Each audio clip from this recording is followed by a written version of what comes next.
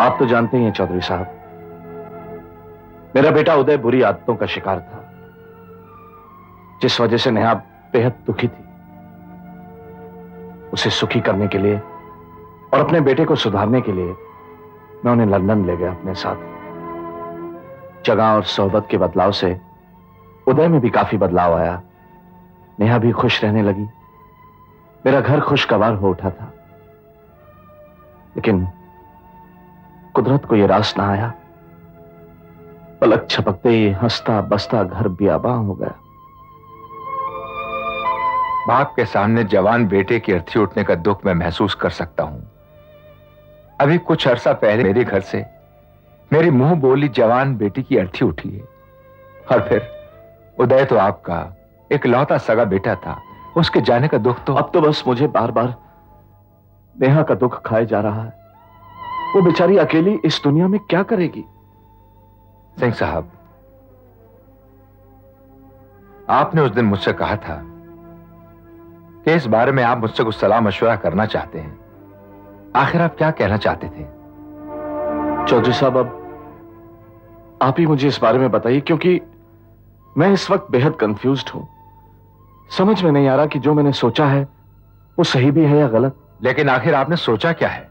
मैंने सोचा है कि मैं अपनी विधवा बहू को अपनी बेटी बनाकर अपने घर से विदा कर दूं। आपका मतलब है कि नेहा फिर से दोबारा शादी कर ले? हाँ चौधरी साहब, इस तरह उसकी जिंदगी का खालीपन भर जाएगा। वो तमाम उम्र घुट घुट कर नहीं गुजारेगी। क्या आपने इस मामले में नेहा से बात करी है? चंद्रा साहब से सलाह मशवरा किया? आप क्या सोचते हैं कि नेहा इस बात पर अमल करेगी? अब मैं नहीं जानता कि नेहा इस बारे में अमल करेगी या नहीं। मैंने चंद्रा साहब से भी इस बारे में बात नहीं की। ये तो मेरी अपनी सोच है।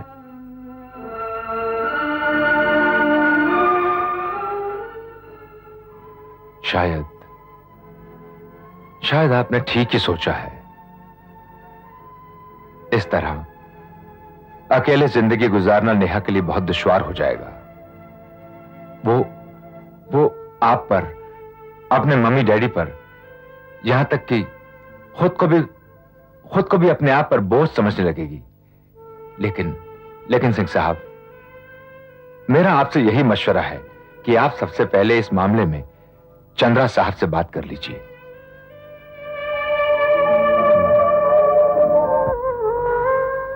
चंद्रा साहब, मुझे यहां आए बहुत दिन हो गए हैं। अब मैं वापस जाना चाहता हूं, अगर आप इजाजत दे तो। सिंह साहब, अगर आप नेहा को हमारे पास कुछ और दिन रहने दें तो आपकी बड़ी मेहरबानी होगी। शायद हमारे पास रहने से इसके मन का दुख कुछ और कम हो जाए। वहां तो ये तन्हा तन्हा। आप ठीक कहते हैं चंद्रा साहब। नेहा बिटिया को इस वक्त मुझसे ज्यादा आप दोनों की जरूरत है। मैं उसका दुख किस हद तक, किस तरह बांट पाऊंगा, ये मैं खुद नहीं जानता। वो यहां आपके पास रहेगी तो? अगर यहां रही तो संभलते संभलते संभल जाएगी, लेकिन वहां तो आप काम पे चले जाएंगे और ये अकेली। उदय बेटे की याद में रो रो कर पल पल मरती रहेगी ये। इससे तो अच्छा कि ये यहां अपनी मां के पास ही रहे। चंद्रा साहब, मेरे मन में एक विचार आया है। मैं नहीं जानता मैं कहां तक सही हूं, कहां तक गलत। कुछ समझ नहीं पा रहा मैं। कहिए ना, क्या बात है सिंह साहब? मैं नेहा को अपनी बहू बनाकर इस घर से ले गया था। क्या पता था कि इसके भाग्य में पति का सुख ज्यादा दिन नहीं लिखा। सिंह साहब, जिसके नसीब में जो लिखा होता है उसे बदला तो नहीं जा सकता ना? नहीं चंद्रा साहब, मैं इसके नसीब का लिखा बदलना चाहता हूं। मैं नहीं चाहता कि वो अपने आप को इस दुनिया में अकेला महसूस करके हर घड़ी रोती रहे, अपनी तमाम जिंदगी इस विधवा के लिबास में गुजार दे। मैं ऐसा हरगिज नहीं चाहता।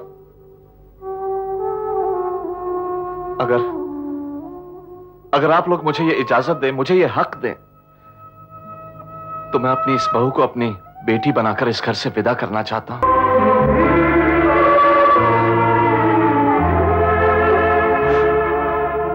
चिमद्रोही ममदास कहावा, सोनर सपने हूँ मोही ना पावा। ऐ मेरे भोले बाबा, सबके घर संसार को सुखी रखो, सारे विश्व का कल्याण करो, सबकी मनोकामनाएं पूरी करो दाता। बाबा, अरे कौशल बेटे, तू बेटे बेटे तेरे जाने के बाद सब कुछ बिखर गया, सब बर्बाद हो गया बेटे।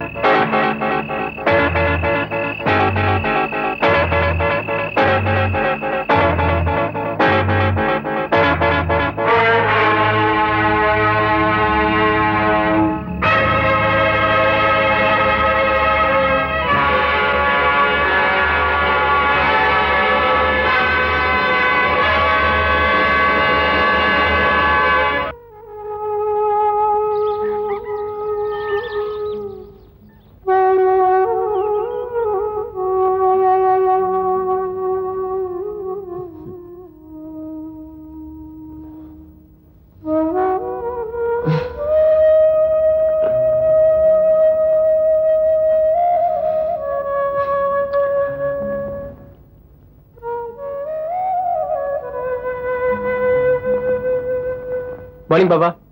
मॉर्निंग माँ। हाँ हाँ, मॉर्निंग मॉर्निंग बेटा। क्या बात है बेटा, आज बहुत देर तक सोते रहे? बहू भी अभी तक सो रही है क्या? नहीं माँ, ज्योति तो कब की जाग चुकी। मैं तो समझा था वो यहाँ होगी।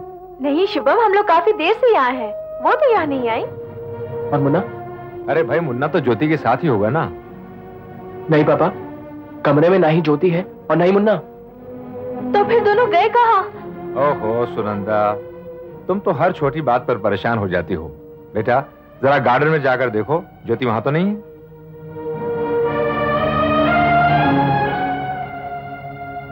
अरे भाई, ज्योति मुन्ना को बाहर लेके गई होगी और ये बेकार परेशान हो रहे हैं।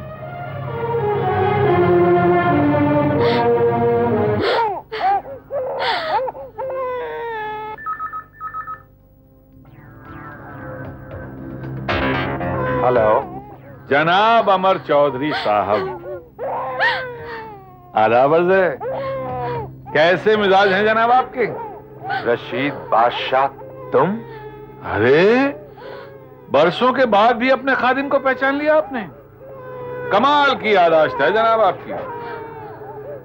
जनाब, ये नाचीज एक मुद्दत से आपकी खिदमत करने को तरस रहा है। चौधरी साहब, क्या बात है, कुछ परेशान नजर आ रहे हैं आप? कहीं आप अपनी बहू और पोते को लेकर परेशान तो नहीं? बहू और पोता कहाँ है वो? नहीं मियां, परेशान होने की जरूरत नहीं है। वो दोनों हमारी हिफाजत में बड़े ही मजे से हमारी मेहमान नवाजी का लुत्फ उठा रहे हैं। रशीद बादशाह, मैं तुम्हारी जान ले लूंगा अगर मेरी बहू और पोते को तुमने हाथ भी लगाया तो। आवाज आ रही है आपको? नहीं नहीं, मैं सुनवा देता हूं, अच्छी तरह से सुनवा देता हूं। वो तो बच्चे की आवाज है। बात करो। Hello hello. पापा, पापा हमें बचा लीजिए। पापा, ज्योति, बहू। ये मुझे मुन्ना दोनों को जान से मार डालेंगे। बेटी तुम घबराओ नहीं, ये तुम्हारा कुछ नहीं कर सकता। Hello hello. रशीद बादशाह, अगर तुमने मेरी बहू और पोते को छुआ तो मैं तुम्हें जिंदा दफन कर दूंगा। नहीं नहीं मियां, तैश में नहीं आते हैं। देखिए, गुस्सा खा के सेहत खराब हो जाती है। मियां, आप अपनी बहू और पोते को ले जाना चाहते हैं तो ले जाओ, हमें क्या फर्क पड़ता है। बस 20 लाख रुपया लेकर चले आओ। 20 लाख? और हाँ, पुलिस में खबर नहीं करना, हमसे चालाकी नहीं करना मियां।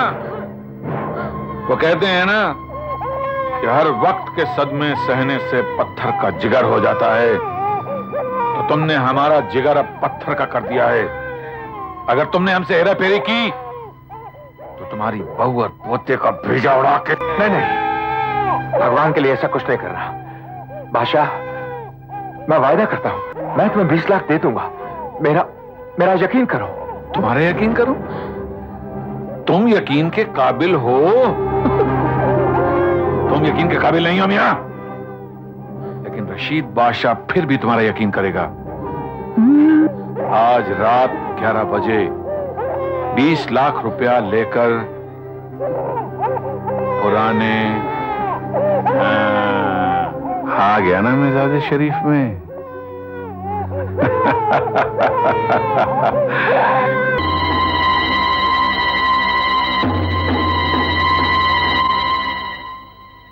रशीद बादशाह, पूरे 20 लाख रुपए हैं। चाहो तो गिन लो। अब ये बताओ कि मेरी बहू और पोता कहाँ है? बहुत तड़प रहे हो अपनी बहू और अपने पोते से मिलने के लिए, हाँ? रशीद बादशाह अपनी जुबान का पक्का है चौधरी, तुम्हारी तरह नहीं।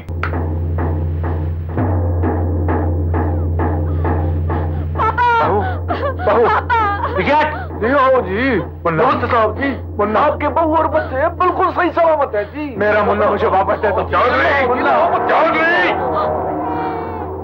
अगर कोई हरकत की तो तुमसे पहले तुम्हारी बहू और तुम्हारे पोते को खत्म कर दूंगा मैं। बादशाह, वायदे के मुताबिक मैंने पूरी 20 लाख की रकम तुम्हें लाकर दी है।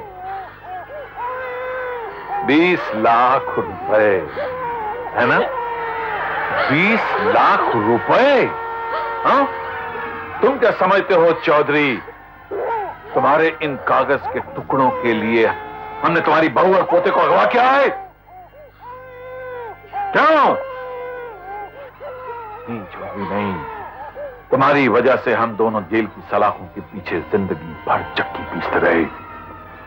तुम्हारी ही वजह से हमारी जिंदगी के बेशुमार बेशकीमती साल रंजो मलाल में कट गए।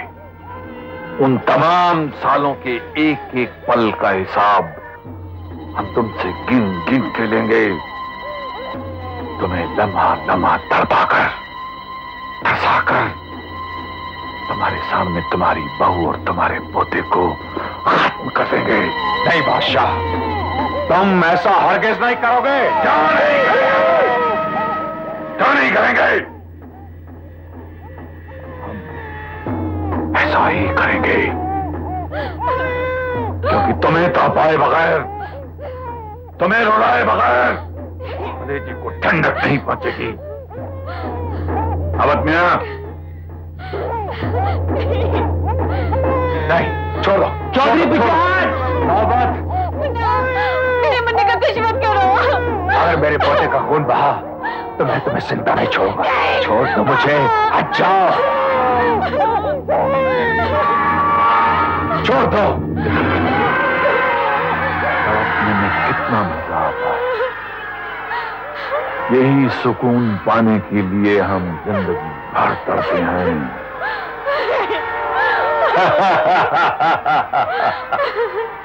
तू भी तड़प चौधरी।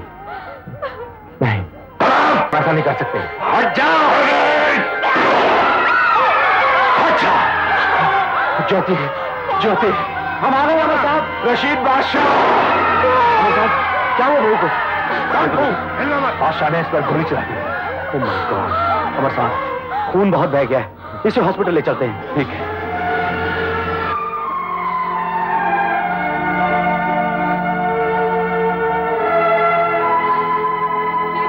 डोंट वरी, सब ठीक हो जाएगा। रुकिए ना। वार्ड में जा, रुको।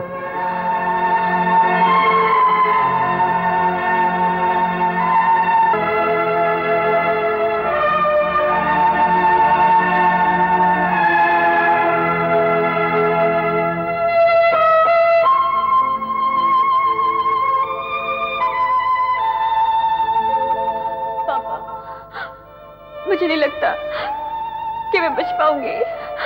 नहीं बेटा, ऐसा नहीं कहते, तुम जरूर अच्छी हो जाओगी। भगवान सब ठीक कर देंगे। नहीं मम्मी, मैं नहीं बच पाऊंगी। मम्मी, जरा मुन्ना को मेरे पास लाइए ना।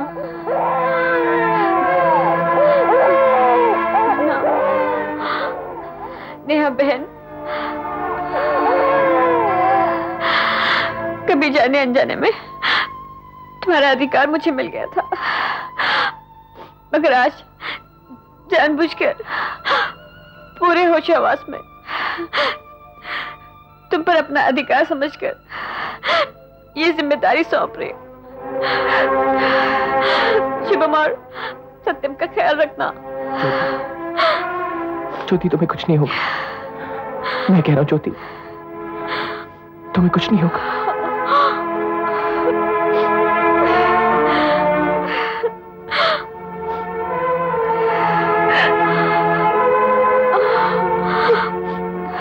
मुझे उम्मीद है मरने वाले की आखिरी ख्वाहिश जरूर पूरी की जाएगी।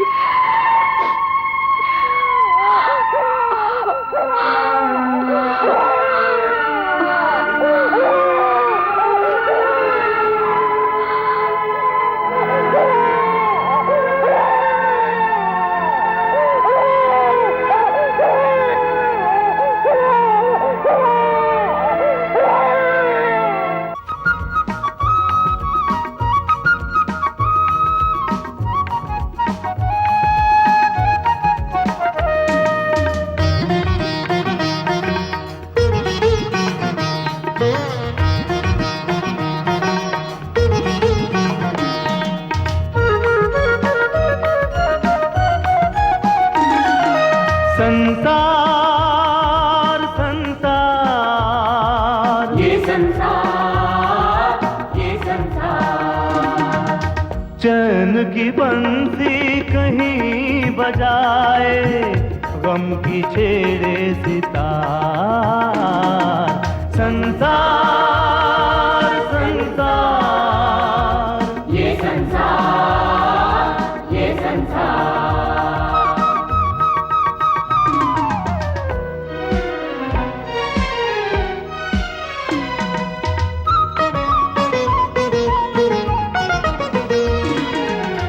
एक पल में कोई आए यहाँ पे, एक पल में कोई जाए यहाँ से।